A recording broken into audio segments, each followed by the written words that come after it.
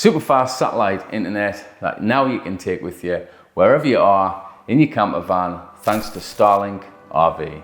In this video, we're going to be looking at the Starlink RV update and what that means for camper vans in the UK. I'm going to be giving a 3-month update as what it's like to actually use Starlink and live with it.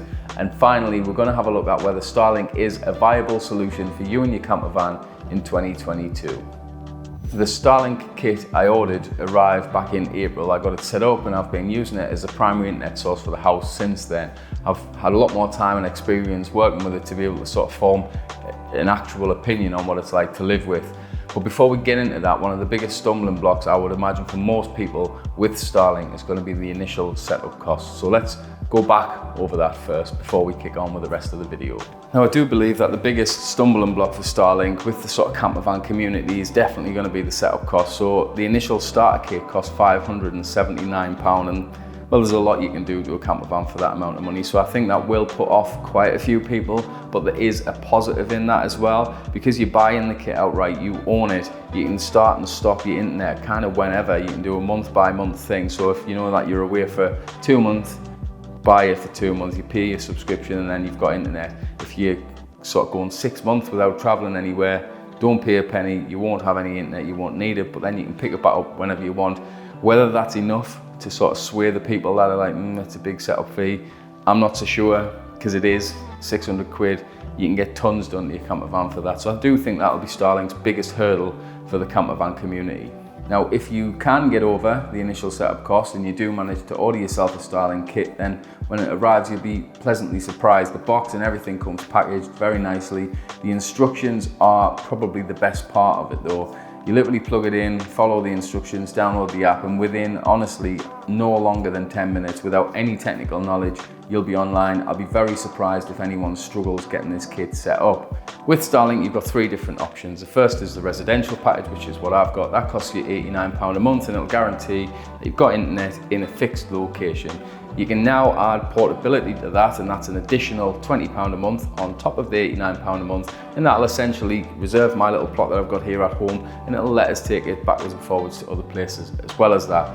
Finally, you've also got the RV package. Now, the RV package will let you go anywhere you want based in the same continent. So if you are planning on traveling a big distance, it may not be the solution for you at the moment, but it will let you go wherever you want, and it'll guarantee that providing there's coverage, you'll get internet in that area. Now, there's 2 potential big caveats with the RV package, which I'll go over.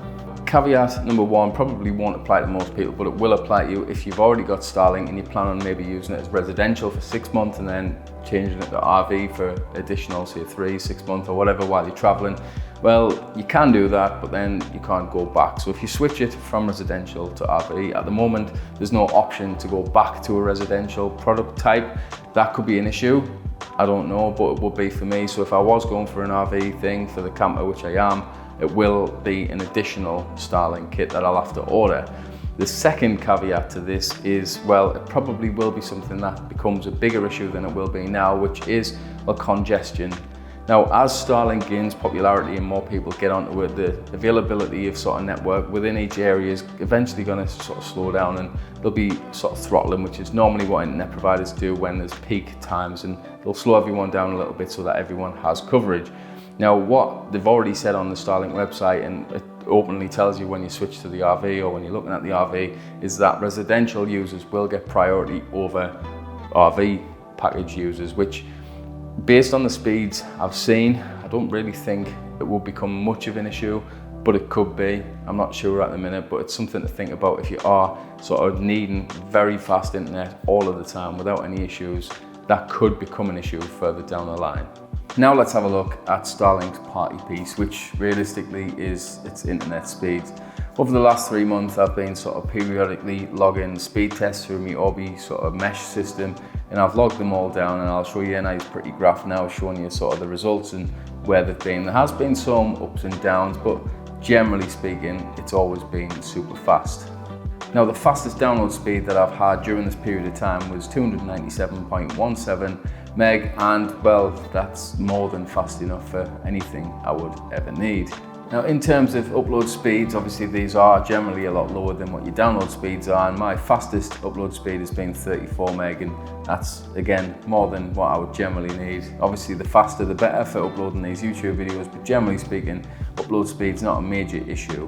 Now latency has been one of the things that a lot of people have been unsure around with. Well, the lowest latency I've seen is 24 milliseconds ping, and that's generally okay for what I use it for. I don't use it for gaming and stuff a lot. The kids do, and I've never really had any issues with them twisting, but they are quite young. If you were gaming competitively, you'd probably want it lower than that. But generally speaking, 24 milliseconds is more than fine. Now, if I have a look at the sort of averages that I've been getting over the past 3 months, the average download speed I've been getting is 185 meg. The average upload speed is 18.8, and the average ping is 35.6 milliseconds. They're all great if I'm honest, and to be fair, the slowest download speed I've had in the whole period that I've tested was 42.9. I had that for roughly an hour, and then when I retested it, it went back up to 183.7. So although it can drop, I haven't experienced it for any prolonged period of time. But what do all these speeds actually mean? Well, the average UK internet speed of 2021 is 50.4 with an upload speed of 9.8 meg. So both download and upload are well ahead of realistically what the average is in the UK. So that's obviously a good thing. So one of the other issues that I was concerned about with Starlink was realistically, with it being a satellite dish, sort of what is it like if the storms, and what's the uptime like? And well, we've had one bad storm which happened about 3 days ago. Came over for about half an hour, all hell broke loose, and well, the internet went off, to be honest. The app just said it was searching, and I'm not surprised the satellite dish couldn't find a signal. But other than that, I haven't really had any experience at all with it going down. Other than that, the uptime, literally bar that one occasion, has been 100%. I haven't had any issues. There's no obstructions where I put it, which is one thing you can check on the app to see if there's anything that's obstructing its view. There isn't where I live, which is a bonus. So if you are in somewhere where there's trees, high trees that you can't really get full visibility of, that could be an issue, but for me, it's not an issue. With a campervan, depending on the campsite, again, some campsites are really surrounded by trees and stuff, depending on your plot, that could pose an issue, but at home it hasn't. I will be able to give you a little bit more information once I get the RV mode. So in summary, residential Starlink, fantastic.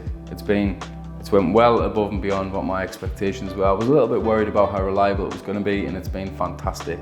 However, like I said, I am going to get the RV Starlink. I'll have to buy another kit and install it, and I don't know where I'm going to put it, or when, or how I'm going to install it, or really how I'm even going to get electric to it unless I'm on a campsite. But I am going to go for it. So in the next month or so, once it arrives, we'll sort of do a little bit of a series maybe of installing it and how we get it to work, and then we can test it and we can have a look, and hopefully I can provide enough information for you to make your own informed decision of whether it's a good thing or a bad thing for you, or whether you want to or skip it and go to something else. But I hope you found some of this information in this video useful. Thanks for watching, and we'll see you in the next one.